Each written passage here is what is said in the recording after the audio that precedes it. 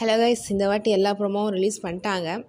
ஆனால் எனக்கு எந்த ப்ரோமோவும் செம்மையாக இருக்குது அப்படிலாம் தோணல. எல்லாமே ஓகே அப்படி தான், ஒன்றும் பெருசாக அட்ராக்ட் ஆகலை எந்த ப்ரோமோவும். அதனால நான் செப்பரேட்டாக வீடியோ போடல.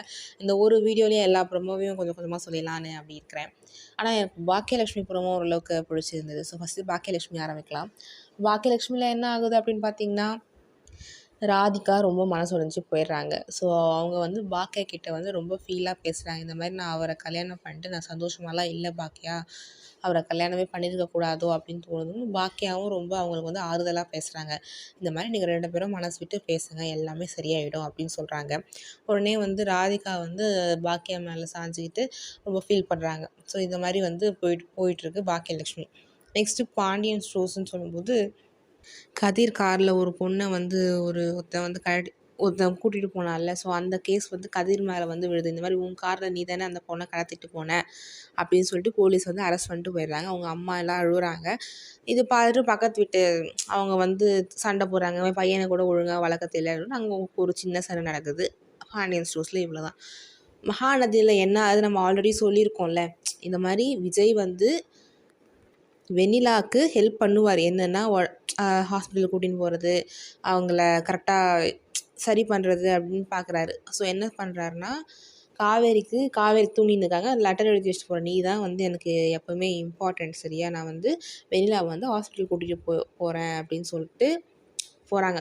ஆனால் அதுக்கு முன்னாடி காவேரியும் ரொம்ப ஃபீல் ஆகிடுறாங்க. ஏன்னா விஜய் வெண்ணிலா வா வெண்ணிலா அப்படின்னு கூட்டிகிட்டு போகிறாரு. ஓகேங்களா? காவேரியும் ரொம்ப ஃபீல் ஆகிடுறாங்க. அப்புறம் இந்த லெட்டர் எழுதி வச்சுட்டு போகிறாரு. இப்போது அந்த லெட்டர் என்ன ஆகுதுன்னா, ரோகிணியா அது அவள் இருப்பாள்ல, அவள் கிழிச்சு போட்டுடுறா. ஓகேவா? இதை பார்த்துட்டு என்ன ஆகும், இப்போது காவேரி இன்னும் ஃபீல் ஆவாங்க. ஸோ இதுதான் ஓகேங்களா. நெக்ஸ்ட்டு சின்ன மருமகள் என்ன ஆகுதுன்னு பார்த்தீங்கன்னா, தமிழ்செல்வி இந்த மாதிரி எக்ஸாம் எழுதிட்டுருக்காங்க. அப்போ பக்கத்தில் இருக்க பையன் பிட் யூஸ் பண்ணுறான். அப்போன்னு பார்த்து இந்த செக் பண்ண வருவாங்கள்ல, இந்த பிட்லாம் செக் பண்ண வருவாங்கள்ல, அவங்கலாம் வராங்க. அப்போ என்ன ஆகுது, அந்த பையன் அந்த பிட்டை தமிழ்செல்வி காலுக்கடியில் போட்டுடுறான். அப்போ தமிழ்செல்வி மாட்டிக்கிறாங்க. இந்த மாதிரி பிட்டு யூஸ் பண்ணுறியா அப்படின்னு சொல்லும்போது, இல்லைன்னு சொல்லும்போது அவங்கள எக்ஸாம் ஹாலை விட்டு வெளில கூட்டிகிட்டு வராங்க. இப்போ சேதுவும் பாட்டியும் பார்த்து ஹெல்ப் பண்ணுவாங்க. அது காட்டல, நான் சொல்கிறேன். ஸோ அந்த மாதிரி தான் நடக்கும். ஒரு சிறகடிக்க ஆசையில் என்ன நடக்குது அப்படின்னு பார்த்தீங்கன்னா, அந்த கறிக்கடை ஆள் அப்போ துணியை மூடிட்டு அவர் கறி குத்துறாரு மீனாவுக்கு. அவர் ரோகிணி வீட்டுக்கு வராரு. விச் மீன்ஸ் வித்யா அவங்க வீட்டுக்கு ரோகிணிகிட்ட சொல்கிறாரு, இந்த மாதிரி மீனா என் கடையில் தான் கறி வாங்க வந்தா. ஸோ நான் மாட்டினேன்னா உன் பேரும் சொல்ல வேண்டியதான் நிலமை வரும், வேறு வழி இல்லை எனக்கு அப்படின்னு சொல்லிட்டு அவர் பட்டு போயிடுறாரு. ஓகேங்களா? இவ்வளோ தான் நடந்தது. ஸோ நம்ம டிஸ்கஸ் பண்ணுற சீரியல் இது மட்டும் தான் நினைக்கிறேன்.